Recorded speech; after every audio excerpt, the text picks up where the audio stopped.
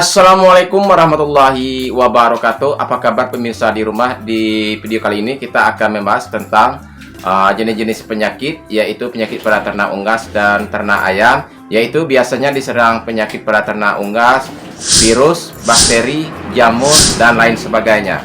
Jenis penyakit diketahui bahwa banyak sekali penyakit yang sering menyerang ayam, baik itu oleh bakteri maupun virus maupun faktor lainnya. Adapun jenis penyakit tersebut seperti berikut. Nah, oke teman-teman, simaklah video berikut ini. Yang pertama yaitu penyakit tetelo atau disebut juga penyakit ND. Nah, tanda-tanda ayam terkena penyakit tetelo adalah jalannya sempoyongan, tidak memiliki nafsu makan, bulunya terlihat kusam, biasanya disertai pilek dan mulut berlendir.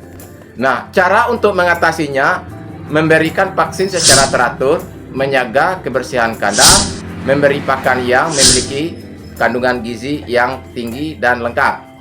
Nah, cara yang selanjutnya, jika ada ayam yang terkena tetelo atau ND, segera dikarantinakan atau dibakar bagi yang telah mati agar tidak menular. Karena penyakit tetelo ini biasanya akan menular. Nah, selain pada menyerang pada ternak ayam kampung, biasanya juga lebih rentan terhadap pada ayam broiler atau ayam potong. Nah, selanjutnya jenis penyakit yang nomor 2 yaitu ayam berak kapur. Nah, di sini ada 2 porsi ayam berak kapur dan serta berak darah dan berak hijau. Kalau berak kapur biasanya di fesesnya itu berwarna putih, dan kalau dia berak darah berarti dia warna merah, ada darah keluarnya dari dubur atau di fesesnya. Dan jika dia berak hijau, biasanya berak itu juga seperti berwarna hijau. Nah, tanda-tanda mengalami berak kapur adalah fesesnya berwarna hijau atau keputihan, ya. Yang kedua, ayam terlihat lesu.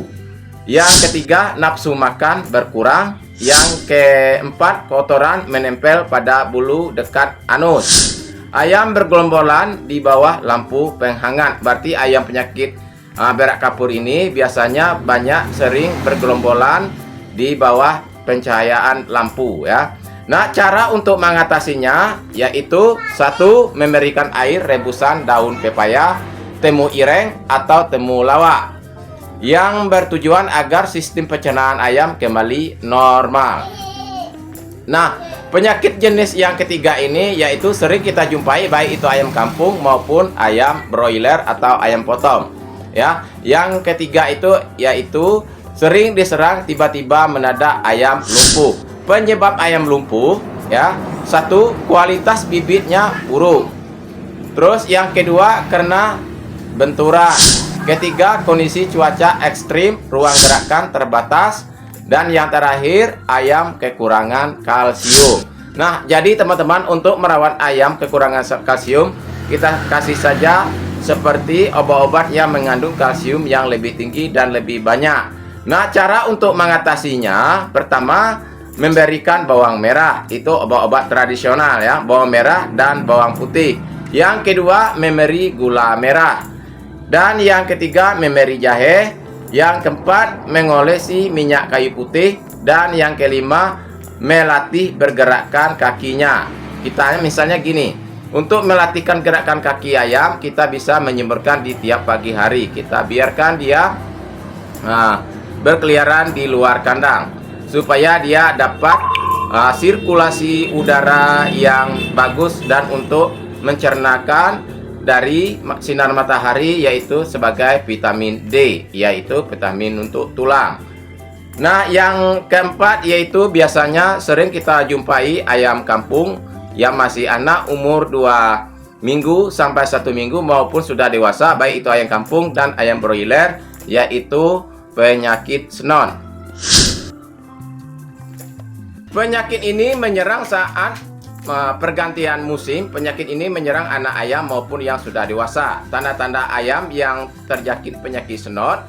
Pertama, yang kita perlu perhatikan terhadap ternak ayam kita, tidak memiliki nafsu makan. Yang kedua, terlihat lemah dan mengantuk. Yang ketiga, pertumbuhan lambat. Dan yang keempat, keluar lendir kuning yang berbau dari hidung. Yang keempat, Ya, yang kelima, keluar cairan dari mata berbusa. Dan yang keenam, pembengkakan sinus batang antara mata dan hidung. Biasanya kalau pembengkakan biasanya di bagian di kelopak mata ataupun di bagian di atas hidung dan di atas pial.